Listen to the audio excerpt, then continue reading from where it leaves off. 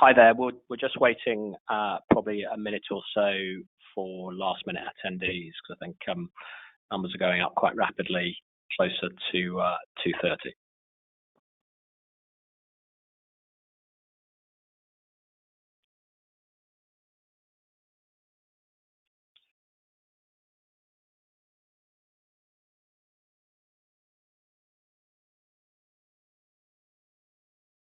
Okay, well, without any further ado, welcome to the first of Phil Fisher's webinar series on 5G technology. Hope you're all keeping safe and not going too stir crazy during lockdown.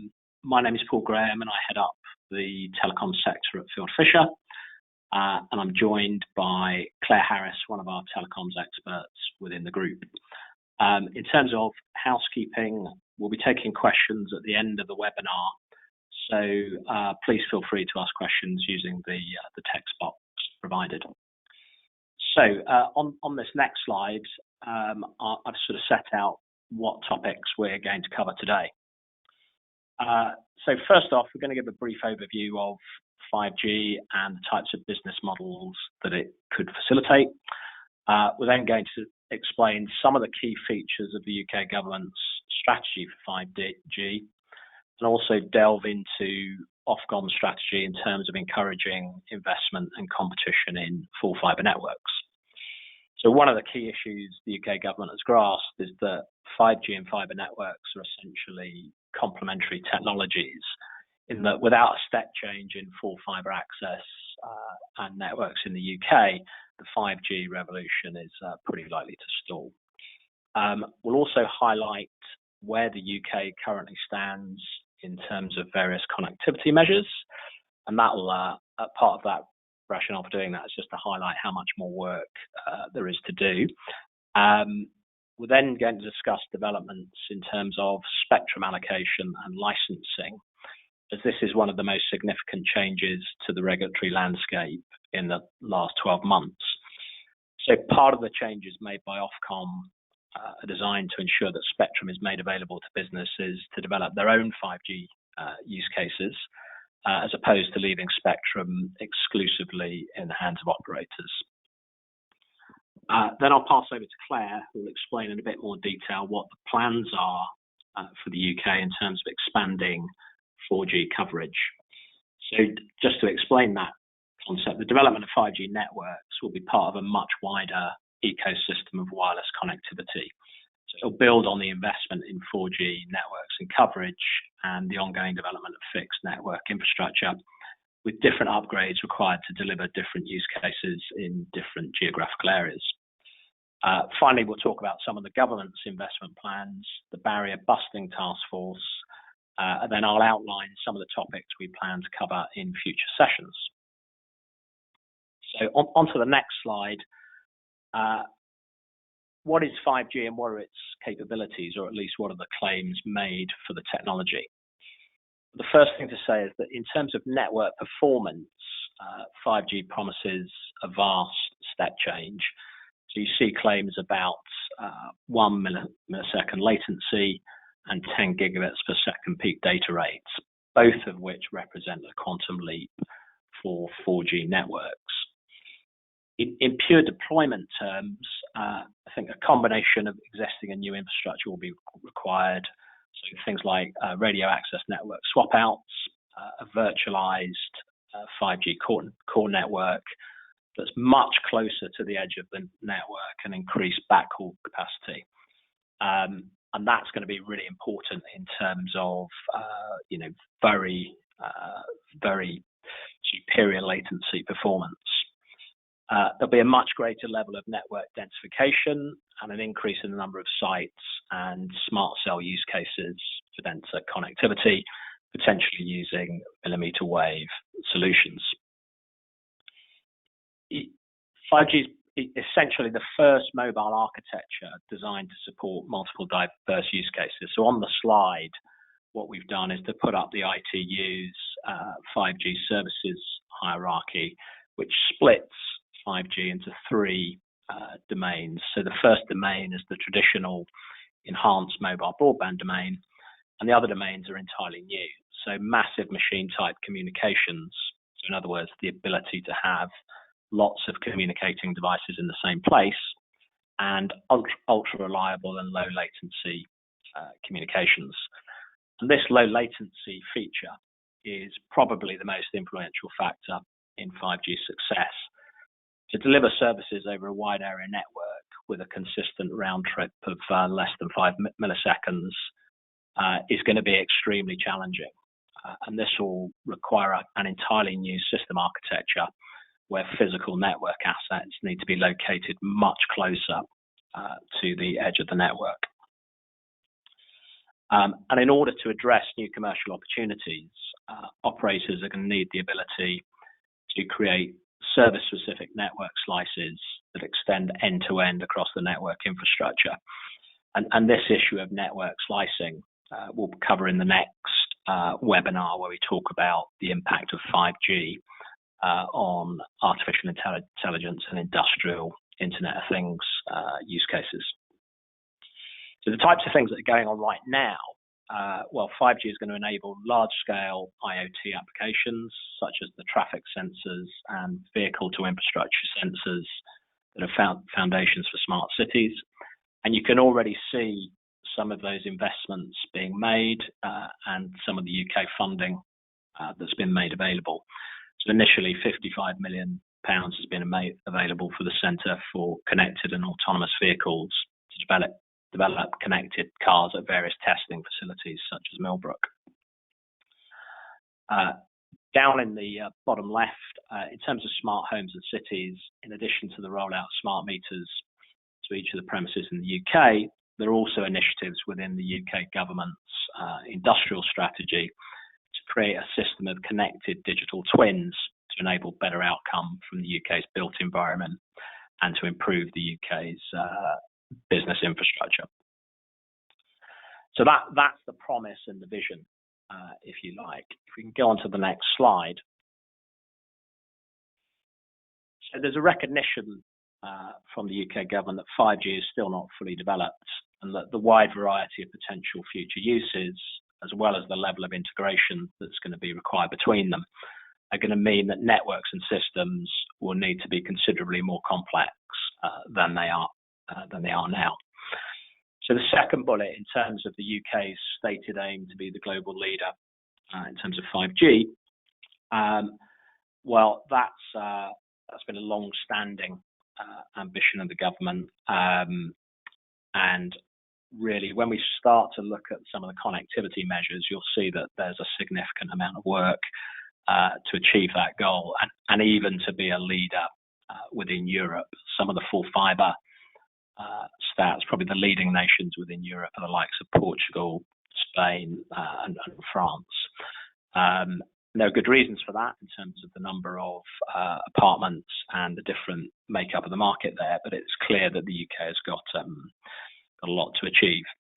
The National Infrastructure Commission has been sort of working with the government and setting out its recommendations on the steps that the UK needs to take, and that means essentially delivering on three main outcomes: accelerating the deployment of 5G networks, creating new opportunities for UK businesses and encouraging inward investment, and then maximising the productivity and efficiency gains from 5G. And then the last two bullets on the slide are quite interesting. They really indicate a change of emphasis from previous generations of mobile technology. So the thinking is the majority of the capital investment needed for both full fibre and 5G rollout is going to need to come from the private sector. I think the predictions are, in terms of having a national full fibre rollout, that'll cost about an estimate of between 30 billion and 35 billion pounds. And that money isn't predominantly going to come from the UK government, because they've got other fish to fry. What is clear, though, is that what the government and OFCOM are trying to achieve is to create a robust framework that helps to underpin the necessary investment case for 5G technology. So on the next slide, you'll start to see where the UK comes in terms of connectivity measures. In terms of, and these slides come from the DESI index that's published by the European Commission. So actually, on an overall basis, the UK is, seems to be doing pretty well. It's ahead of the likes of Germany and France, which are sort of comparative nations in terms of economic performance. So actually, so far so good on that in that area. But on the next slide, where you look at, we tend to rank around about between number 4 and number 7 amongst the EU 28, and usually ahead of other countries in the EU top 5 member states. But the key question still remains about how we increase momentum in improving 4G coverage and also 5G connectivity. And this next slide, which talks about where we are in terms of ultrafast broadband, you can see the UK being a bit of a laggard and being right at the right hand or towards the right hand end of this index. And there are good policy reasons or understandable reasons why this has come about, in the sense that really the UK, probably about a decade ago, 2009, decided to pursue a fibre to the cabinet strategy because it was worried about the expense just after the financial crisis, and also they saw a superfast broadband fibre to the cabinet policy as being able to increase the pace of deployment well ahead of fibre to the premises. But you can see the legacy of that right now, in the sense that we are behind other major nations in terms of full fibre rollout. So if we can go on to the next slide.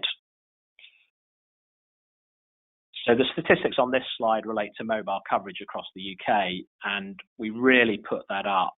You can sort of read at your leisure.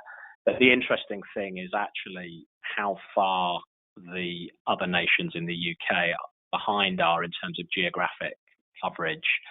And that's why when we look at Ofcom's policy on spectrum, you can see that rural coverage and sort of filling in the dots in terms of 4G is a major policy initiative for Ofcom. In terms of full fibre, the Connected Nations report in 2019 seems to suggest that 3 million homes in the UK now have access to full fibre broadband services. That's an increase of more than 1.5 million homes since 2018. But the ambition, or certainly during Theresa May's government, was that 15 million premises needed to be connected to full fibre by 2025. It was slightly watered down by Boris's new government in July, August last year to talk about gigabit capable broadband by 2025, but that may mean that the target's actually more realistic. So if we can go on to the next slide.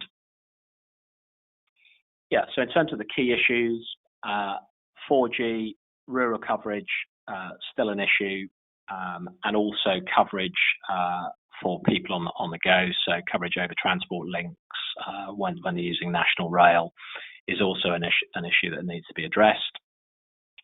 5G, we're right at the early stages of that, so the keys are maximising coverage of 5G and enabling industrial investment and use cases for things like smart manufacturing, healthcare, and also the agricultural industry.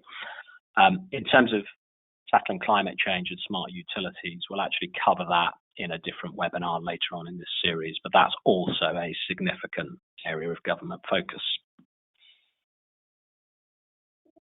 So in terms of the critical nature of fibre to 5G rollout, by way of background, in order to support 4G and 5G in the UK, there are just under 50,000 telecom sites and more than 60,000 base stations in the UK. The physical qualities of the equipment required to operate 5G alongside 4G installations are going to mean that in nearly all cases, operators are having to upgrade each site and undertake significant construction work to strengthen the underlying tower and structures required to support the 5G antennae and the supporting infrastructure. And in addition to site upgrades at nearly every 5G site,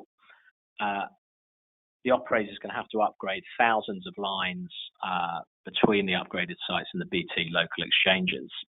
So typically at a UK site, you would currently have lease line, Ethernet, microwave connectivity of about 500 megabits per second.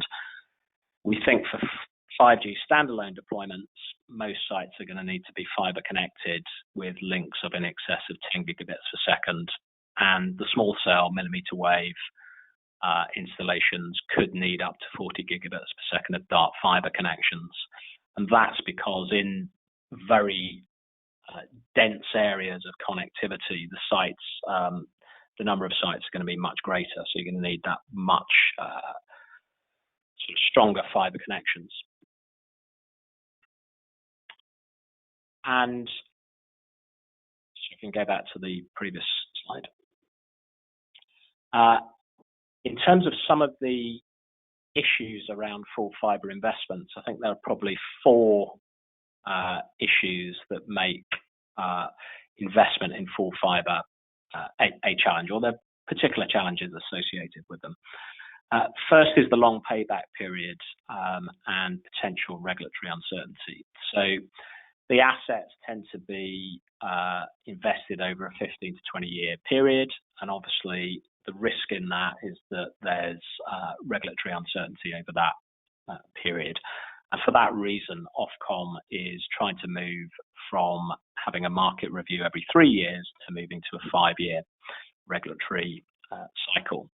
And you started to see the impact of regulation just before the last election when there was talk about a nationalised British broadband, and as a result of that, some quite significant mergers in the industry were put on pause.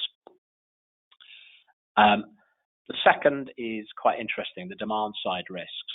So whilst the industry appears to be really confident about long-term demand for higher quality, reliable broadband, there's still uncertainty about the willingness of the mass market to pay for higher speeds.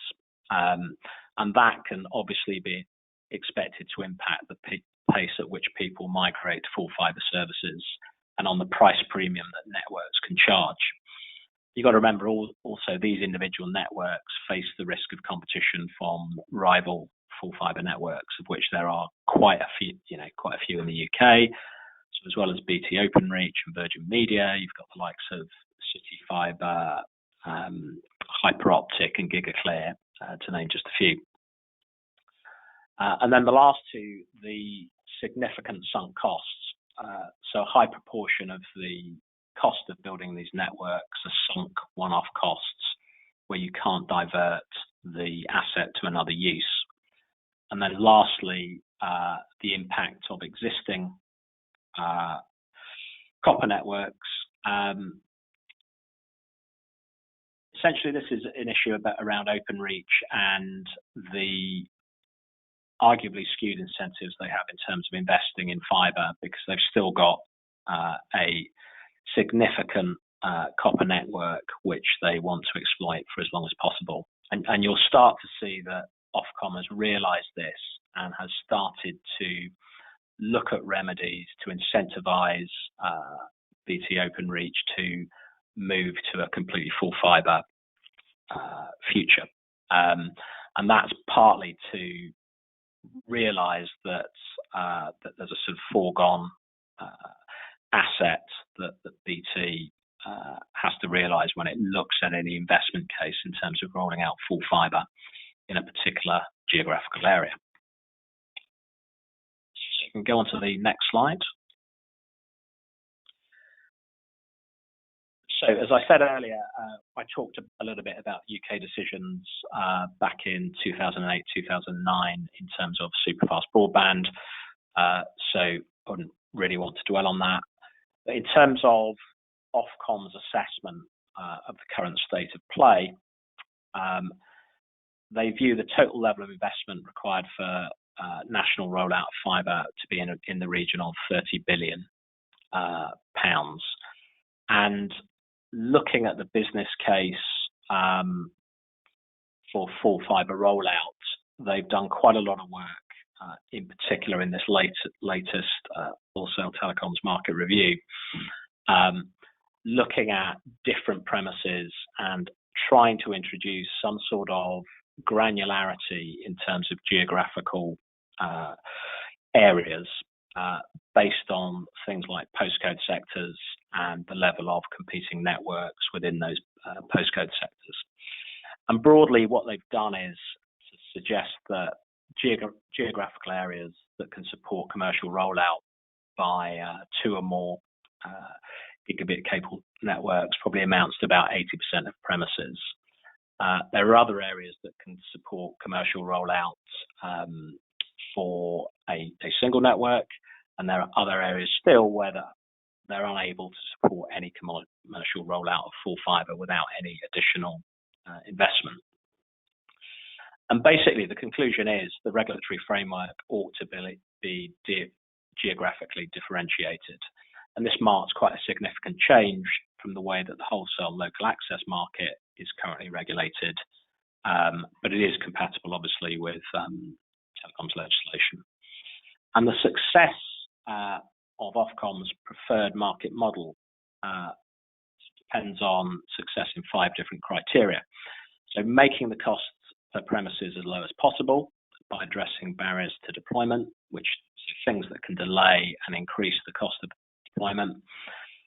Supporting market entry and expansion by alternative network operators by reducing the demand side risk and also through easy access to open reaches, ducts and poles, complemented by access to other utilities infrastructure and things like the sewer network. Stable and long-term regulation that incentivizes network investment.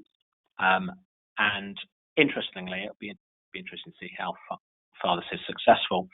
An outside-in approach to deployment that means fibre build across the country is achieved in parallel and no areas are systematically left behind.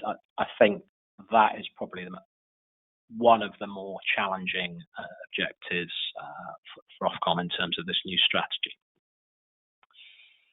So in terms of Openreach's position, they currently largely support superfast broadband services using fibre to the cabinet technology, but it's also been deploying G-Fast and fibre to the premises and covers currently about 4 million premises with those technologies and plans to cover 15 million by 2025.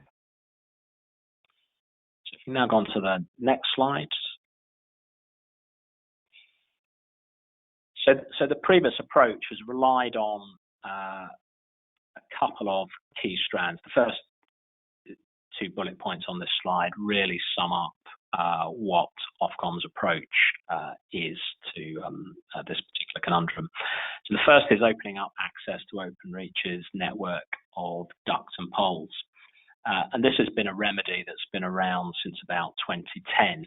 And it had sort of limited success in the early days. But since last year, the nature of the remedy has extended so that actually any operator can get access, even if they're providing lease line networks as well, which wasn't previously the case. And the reason this remedy is so powerful is it's hopefully going to reduce the cost and disruption of providing final connections to customers and provide those connections much more quickly. You can also allow network builders to provide their own end-to-end fibre without incurring significant civil dig costs, and also to extend their rollouts into areas they would not otherwise cover. And basically, this would be achieved by allowing them to connect remote access deployments via BT ducts back to the BT exchanges, where the services can be picked up by a number of different providers. And the last 2 bullet points, that the future telecoms infrastructure review, I guess, provided a bit of signposting about Ofcom's thinking, and that really got codified by the market review of wholesale fixed telecoms, which consultation closed on the 1st of April, and the measures that they're suggesting will come in from the 1st of April 2021 and last for a 5-year period. So if we can go on to the next slide.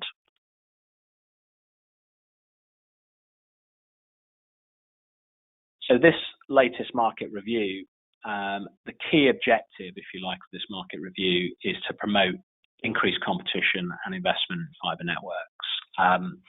The most important one, I think, is moving to different regulatory approaches in different parts of the country, depending on the level of competition for full fibre build in a particular area.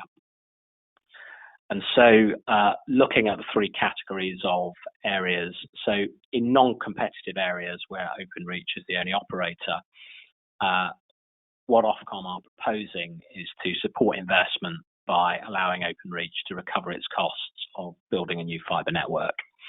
So essentially allowing Openreach to recover its costs on a regulated asset-based model and reduce the risk of its investment.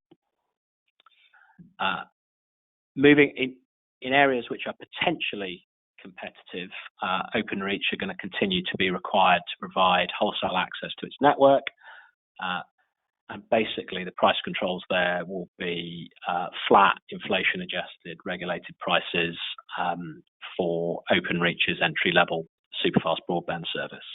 So that's a 40 megabit per second service. Even here, you can see to help support the investment case for full fibre, Openreach is going to be allowed to charge slightly more if the regulated products are provided over full fibre. And that's meant to reflect the additional customer benefits of increased speed and reliability. And then lastly, in competitive areas where you've got established competition by a number of different network providers, Ofcom's proposing that basically it won't regulate Openreach's broadband products. And in terms of how they're meant to carry out some of these assessments, they're going to use a postcode sector approach. And if more than 50% in the premises in that postcode sector are accessible via a particular network, that network is deemed to be a sort of stable competitor in that postcode sector. So you can see that you've got measures to support Openreach to retire its old copper network via allowing them to increase pricing for their entry-level broadband products. As they lay new fibre to replace these aging copper lines, regulation will be removed on the copper-based products and in exchange areas where fibre is actually built. And essentially, they'll transfer the regulatory burden, including price protection, from the copper-based product to the fibre-based product. The third bullet point is about regulating lease lines in a similar way to residential broadband. And what Ofcom are proposing here is to regulate lease lines in the same way by varying their approach geographically to reflect the level of current or prospective competition in a particular postcode sector. So this geographical regulation is going to be a really predominant feature of the market over the next 5 years. And then lastly, we spoke already about greater access to Openreach's poles and underground ducts, and that remedy will also be extended to providers who want to provide lease line connectivity. So if we can move on to the next slide. So in terms of spectrum, the key objectives of Ofcom's spectrum strategy are basically to make new spectrum available in a timely way and also to introduce flexibility in how spectrum can be used, and a new licensing regime that reflects the different geographic range in which the various 5G spectrum bands can be deployed. And in essence, what Ofcom's done on 5G is to identify 3 different spectrum bands, each with different characteristics. So 700 megahertz for lower frequencies to enable wider coverage, 3.4 to 3.8 gigahertz for higher frequencies that have got greater bandwidth to provide the necessary capacity and to enable higher speeds, and the so-called millimeter wave, so 25 gigahertz and above, to provide ultra high capacity but over a much smaller coverage area. So if you can move on to the next slide. We've set out here just where the MNO's current spectrum holdings are in terms of what spectrum they hold in the various bands. So we'll put that in the pack that you get. I think if we can then move on to the next slide. Yeah, so I think I mentioned right at the outset that part of Ofcom's strategy in terms of the spectrum auctions was to try and fix this rural coverage issue. So in essence, they set out 4 or 3 different criteria for the 700 megahertz and 3.6 to 3.8 auction. So the first is providing a good quality mobile service.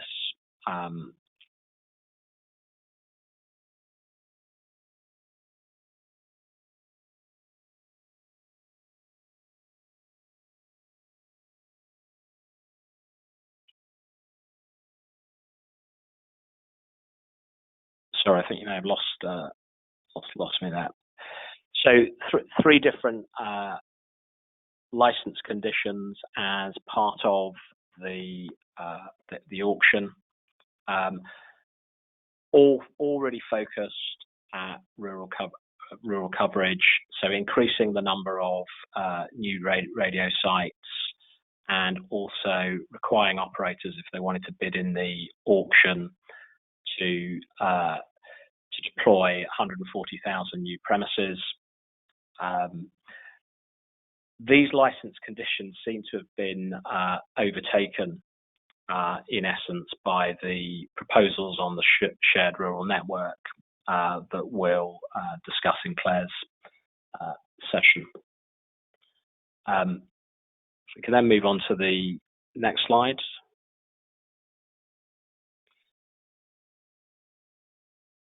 So in terms of spectrum sharing and local access models, the thinking behind this is it could enable new players alongside existing mobile operators to access spectrum and invest in new business models alongside 3 different potential options. So things like private 4G, LTE and 5G networks, and that's to support innovation in industrial IoT, including wireless automation and robotics, where you require really low latency and high reliability connectivity. The next issue that could potentially be solved by these spectrum sharing and local access models is improved mobile coverage, so addressing urban and rural not spots, both indoors and outdoors, and providing third parties to access spectrum in specific locations, subject to access arrangements with the mobile network operators. And rural broadband connectivity, also using fixed wireless access, especially in areas where rolling out fast fixed broadband may not be commercially viable. And in the UK, we've already seen the impact of these proposals with the likes of Vodafone and Strato OpenCell entering into a local access license deal in respect of 4G spectrum in the 2600 megahertz band. And the thinking behind this deal is that Strato OpenCell will focus on coverage in those rural areas which are not currently well served. If you look further afield in terms of what's happening in Germany, the likes of BMW, Daimler and Lufthansa have applied for 5G spectrum to set up their own private networks. So you can start to see that the old days of spectrum being the exclusive preserve of the operators is now past. I think whether the UK ever goes as far as the likes of Germany have in terms of spectrum licenses for industrial business cases remains to be seen. I suspect Germany may be a pioneer in this regard. But if we can get now on to the last spectrum slide, you can really see that what Ofcom's trying to achieve in terms of really liberalising spectrum so that the rural broadband issue gets fixed, and also encouraging the investment use cases in terms of encouraging private networks and really moving the investment case towards the UK's industrial strategy. So without further ado, I'll pass over to Claire to then talk about developments in 4G coverage. Thanks, Paul. So the implementation of 5G technology in the UK requires the MNOs to have a strong 4G network with lots of sites scattered around the nation, which can be slowly upgraded to 5G sites over time. With that in mind, we thought it was worth mentioning the significant public programs that the UK government has put in place to improve the UK's existing 4G network and the fibre networks that underpin it, because these will have a knock-on effect to 5G infrastructure. So the action that the UK government's taken to improve 4G coverage and the fibre coverage that falls underneath it falls into four main categories. Firstly, making tweaks to the way that spectrum is allocated. So as all the changes that Paul discussed earlier, Ofcom's proposals to move away to some extent from the monopoly claims on certain frequency bands and encourage more spectrum sharing and local licenses have also been designed to increase 4G coverage in the UK. Secondly, initiatives designed at improving rural coverage. It can be unprofitable to build infrastructure in some rural areas, as it's more expensive to build the infrastructure in these areas and there's less potential customers. The government has implemented a number of programs aimed at boosting rural rollout of the 4G network, which I'll go through on the following slides. Thirdly, the UK government has attempted to address issues with industry investment to telco infrastructure rollout and has put in place some publicly funded programs aimed at increasing investment to 4G and fibre rollout. And then lastly, the government can also propose changes to planning law, which is designed to increase the efficiency of telco infrastructure rollout for 4G networks. The successful rollout of mobile infrastructure hinges on the ability for telco companies to quickly and cheaply gain access to public and private land to install equipment. The UK's current planning laws, despite the 2017 overhaul, are still in some ways an inhibitor to telco companies acquiring the licenses and completing the works required to quickly expand their networks. There's no way that we could rattle through all of these issues with the UK's current planning law regime in this session.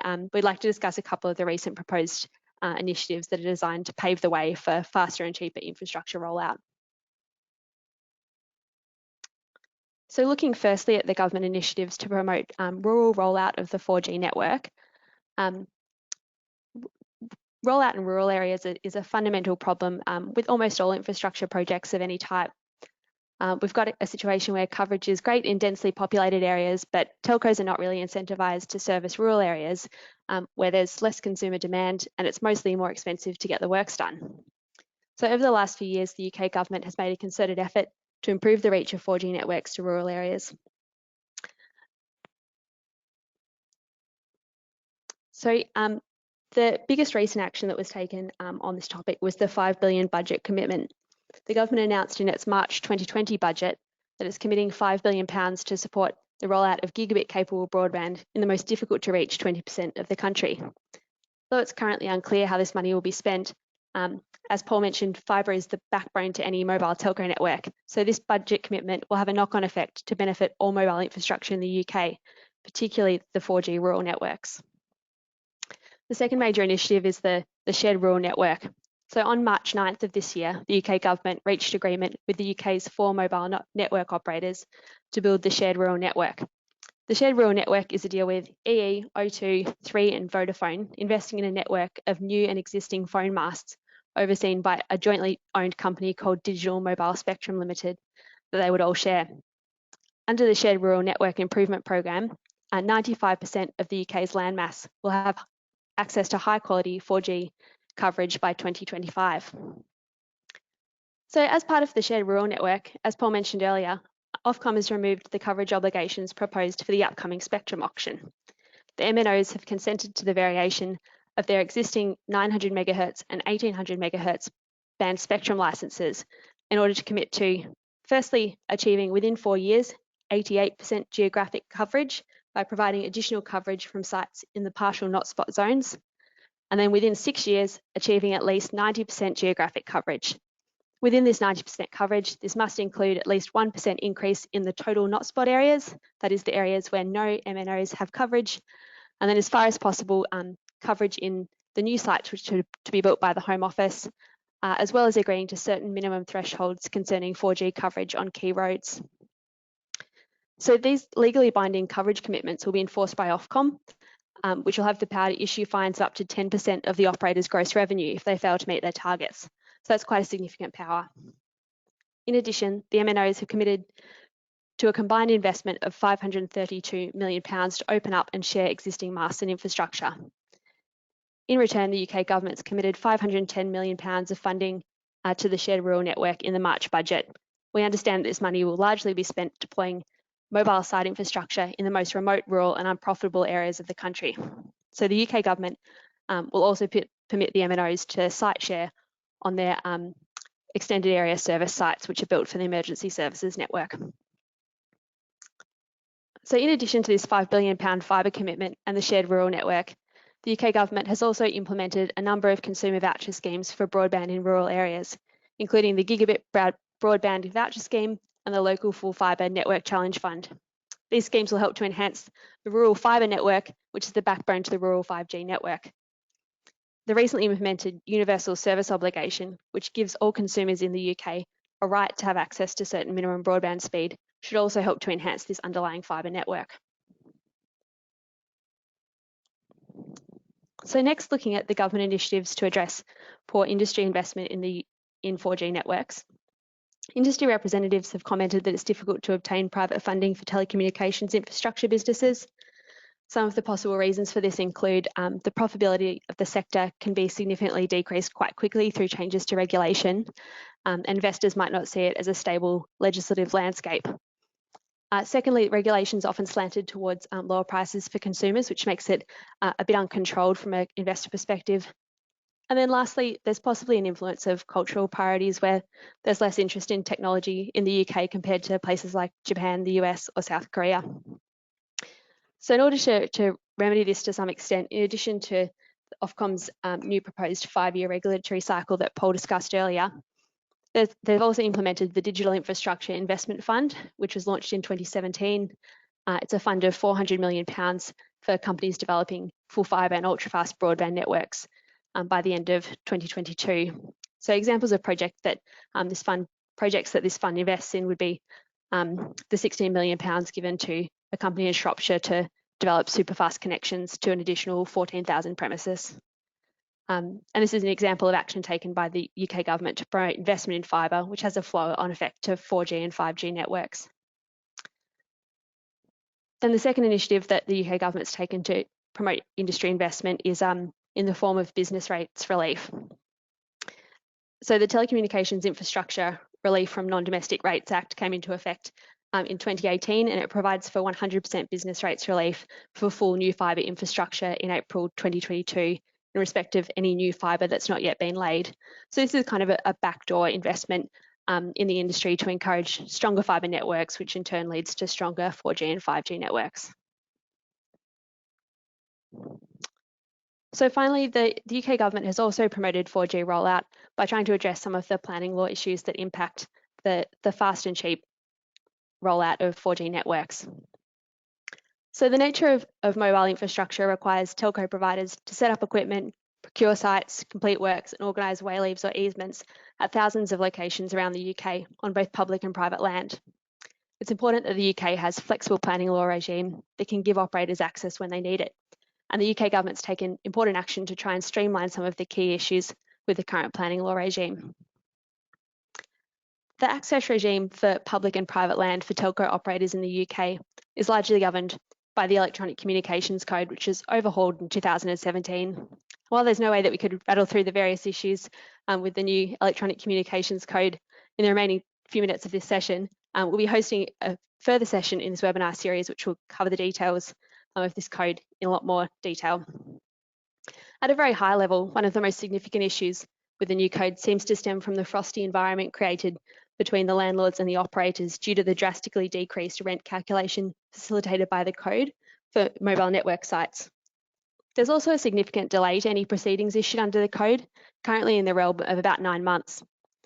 For the system to work effectively, telco operators and landlords need to be able to settle disputes very quickly, and the UK government has recently pledged to reorganise resources to try and reduce these delay times, which should make a big difference to the rollout of the network. Another key issue has been that planning law is often applied inconsistently by local authorities. Telecoms infrastructure rollout also requires cooperation with local authorities in order to install infrastructure on and access public land. Telecoms companies have raised concerns about inconsistent approaches between local authorities interpreting the exact same legislation to the management of streetworks and the interpretation of streetworks legislation, arguing that this inconsistency has created uncertainties and inefficiencies when seeking to build infrastructure. To address this, the government has published a Streetworks Toolkit for England and Wales that provides really practical guidance to local authorities for managing street and roadworks for the deployment of broadband infrastructure. The toolkit was agreed between the government, Streetworks UK, and a joint authorities group on behalf of all the local authorities. It has apparently made a big difference in the way that telecommunications companies has been able to engage with local authorities across the country. Just briefly, outside the realm of 4G and 5G, it's also worth noting that the UK government has taken some significant action in the broadband space recently for site access to multiple dwelling units. The Telecommunications Infrastructure Leasehold Property Bill 2020 is due to have its second reading speech tomorrow in the House of Lords, and this amendment would allow telecoms providers access to multiple dwelling buildings, so blocks of residential flats and apartments, through the land tribunals. This new process would apply where a tenant has requested a connection from a telecoms operator, but their landlord has failed to respond to formal requests for the operator to access the property. This would allow the telecoms operators access for 18 months to the property to install the connection that a tenant has asked for. So that's one where we can watch this space, but this could really assist with the deployment of broadband infrastructure. So that brings me to the end of the content for our presentation. I'd now like to hand back to Paul, who's going to give you a glimpse of what's next in our webinar series before we start the Q&A section. Sure. Okay, thanks, Claire. Yeah, so we haven't got a timing set for these, but we've got 5 further sessions and topics. The first is the impact of 5G on AI and industrial IoT, and I think there we'll talk about network slicing and how operators are going to be able to leverage that in order to provide these particular services to their customers. The next is an update on the European Electronic Communications Code. And then quite topically, we'll have a session on the cybersecurity aspects of 5G, then renewable energy issues in the data center and mobile network world, and then also an update on the UK's Electronic Communications Code and planning law issues in terms of things like site access. And we'll go through some of the case law over the last 2 years and where that leaves operators and site providers in terms of trying to come to a form of agreement under the revised legislative landscape. So that's the plan for the future. But do we have any questions from the audience, Chloe? Hi, Paul. Yes, we have had a couple of questions. For anyone who hasn't managed to spot the question, drop down. Please do write your questions in your control panel and we'll get to them hopefully during the session. But if not, we'll respond directly to you offline. So the first question we have, Paul, is how Ofcom would balance between the investment need and national security concerns in terms of 5G rollout, and will Huawei be allowed to participate in 5G rollout, and if yes, to what extent? Yeah, sure. So network security, there was a consultation into this midway through 2019. So there are going to be a raft of new Ofcom proposals around the measures that operators need to take in terms of securing their network infrastructure. And obviously Huawei featured quite heavily in terms of that discussion which I think was Jeremy Wright was the DCMS lead on that back in the day. And then in early January, the government came to a decision around the role of Huawei in the 5G space. And in essence, what they've said is they're going to be banned from supplying kit to the operators' core networks, which is the most sensitive part of the operators' networks. And that's going to be a bit of a problem because, both 3EE and most of the operators actually have been deploying Huawei equipment for some time, and that's going to mean the need to swap out particular kit in core networks across the operator base. In addition, Huawei is only going to be allowed to account for 35% of the equipment in a network's periphery, so including in the radio access network, part of the network. Interestingly, the former BT chairman, Mike Hake, joined the Huawei board a couple of weeks ago, and that caused, again, quite a lot of political waves, particularly as I think there was a delay in terms of EE's ability to remove the Huawei kit from their network. But I think you've got to give the operators a bit of leeway because it's much easier said than done. As I said, Huawei have been a significant presence in the UK mobile network space for well over a decade. And so simply removing this kit is not something that's going to be done that quickly. Great, thank you. The next question we have is what regulatory changes or incentives need to happen to ensure competition in this sector? Okay, well as well as the sort of supply side measures that Claire spoke about, I think this geographical regulatory approach by OFCOM is entirely targeted at encouraging investment by alternative fibre providers. So a couple of things, really opening up access to open reaches, ducts and poles for any communications provider, even those providing lease line networks. It has seen a significant uptake in the duct and pole access remedy that we mentioned earlier on. And then secondly, this assessment on a geographical area basis of what level of competition there is in a particular postcode sector and altering the remedies that are going to be imposed on open reach in that geographical area should loosen up what we call the hold-up problem.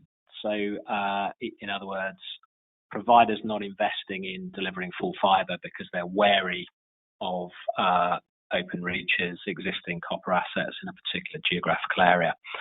So I think that should go some way to loosening things up. And then, as we mentioned on the spectrum piece, really having quite a liberalised spectrum policy to enable either shared access or local access licenses to be granted to third parties. Hopefully we're going to see a greater level of investment by the UK's industrial base in terms of things like private networks. So there's quite a few measures that under normal commercial circumstances you'd expect to have an impact on business investment. Great. So I think we've just got time for one more question, and any of the other questions that we haven't had a chance to answer, we will get back to you offline and address any others that you may have then.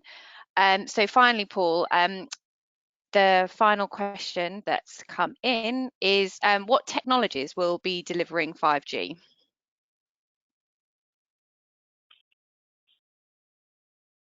Well, I mean, essentially it's a new set of protocols. So things like connected and autonomous cars and vehicles. That is an area in which there's been significant interest and investment in the UK at places like Millbrook. Smart utilities and smart cities, again, a huge area of development in terms of the UK's industrial strategy.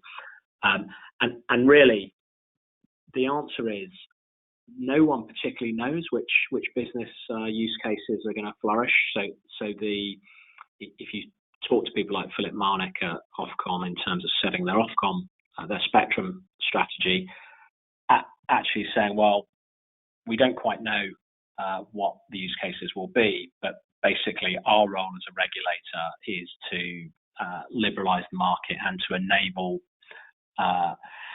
whether it's connected vehicles, smart cities and utilities, even tracking devices and sensors on livestock. The key thing is to open up the market to UK's industrial base to try and take advantage of the technology advances. So I hope that answered the question, but if it didn't, apologies, but crystal ball a little bit hazy today. That's great. Thank you, Paul and Claire. I think if we just wrap up, so if you've got any final comments, and then we can, like I said, follow up with all the other questions after the webinar. Yeah, no, that's fine. I mean, so what we'll be doing is distributing the webinar, a recording of it, and also a short paper that we've written in respect of, which focuses really on fibre investment. So we'll be doing that, and then just watch out for further announcements. I think the next one will be on 5G and AI and industrial IoT. So just watch out for that and dial in, or if we get out of COVID, hopefully we'll have a face-to-face session. Great. Thanks all. Okay. Cheers all.